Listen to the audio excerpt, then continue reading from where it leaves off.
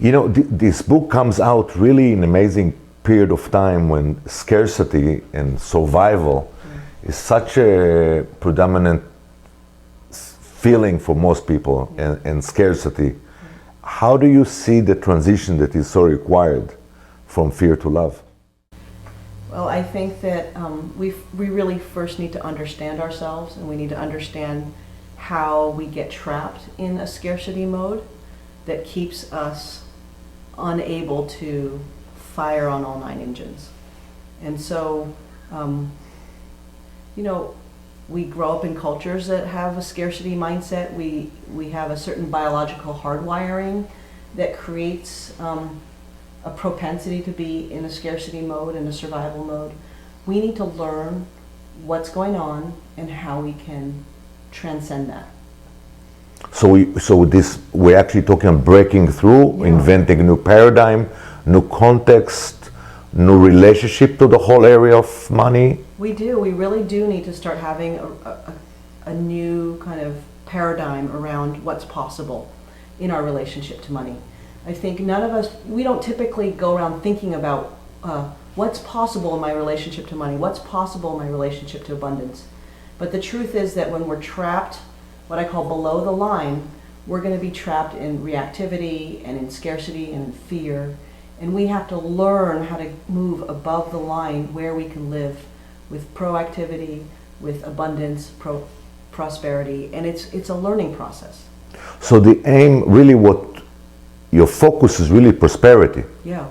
So it's a larger scope to just having money in the bank. Oh, absolutely. Prosperity is really not just money in the bank, though that's usually how we start off thinking about prosperity.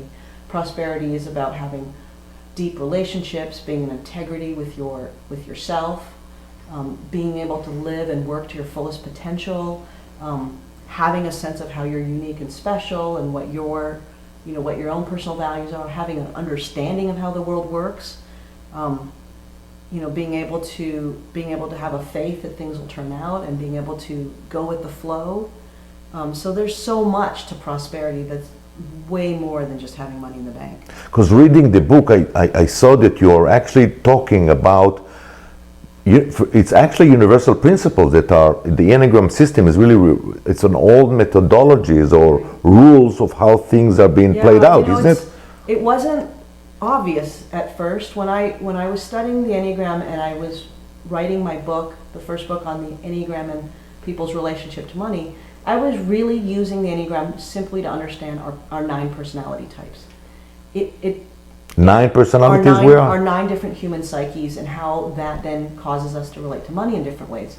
It never occurred to me that the Enneagram would be anything more than that, but it turns out it really is a map of universal principles or universal laws. And when I started to think about it more deeply, I realized that it's actually, one way to read it is that it's about life itself. And so life itself is about the seed of life and being able to take that encoded wisdom in the seed and bring that seed to fruition like an acorn becomes a great oak tree.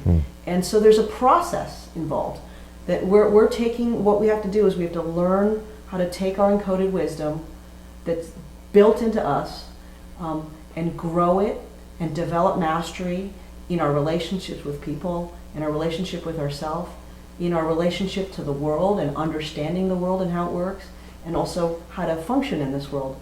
And then from that point, we have to learn how to then get to a level of sustainable living where we're working at our fullest potential and we're dynamically engaged and in the flow and in balance. I mean, it's that whole process. And when you realize that the Enneagram is really a map of universal laws, we realize if our relationship to money isn't in harmony with these 9 different domains, then we're then out of harmony with natural laws, which is why then we experience scarcity.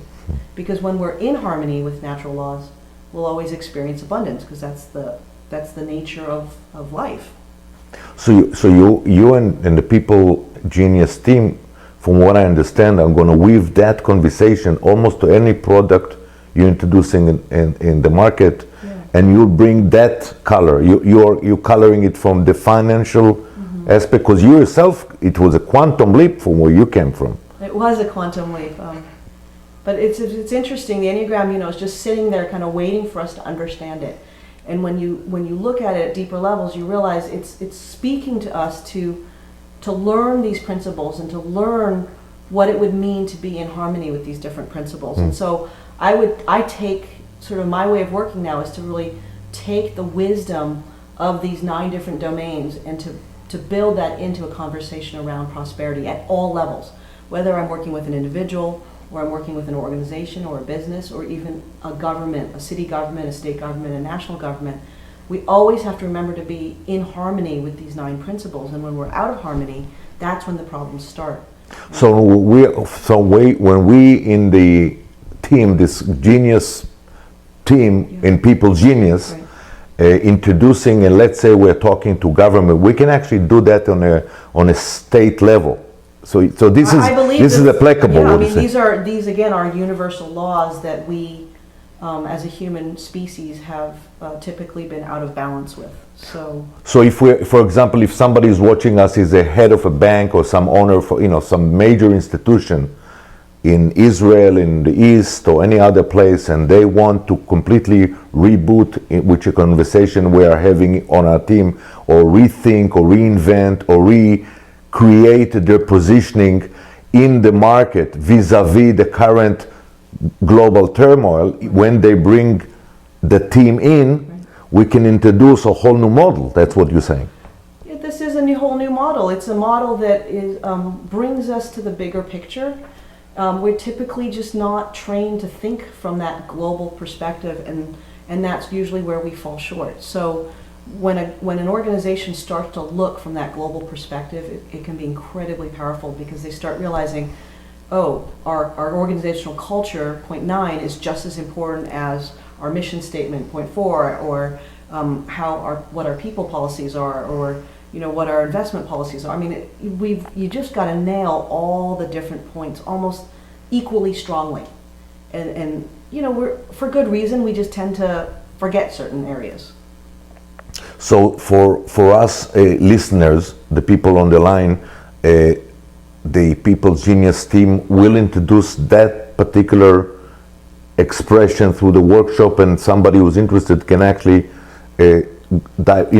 click into the link and go right into the website and get more information. Absolutely. About how to use that conversation in any scalable thing, either organization, either there private. There are definitely nuances depending on what level you're dealing with. So if I'm working with an individual or a couple, that's going to be different than when we're working with a nonprofit organization or a business organization, or if you're working with a government organization. Obviously, there's nuances that are different, but the basic 9 principles are the same, and that's what's really, really powerful. Great. So thank you very much. We'll see you on the People's Genius site. Have a great day.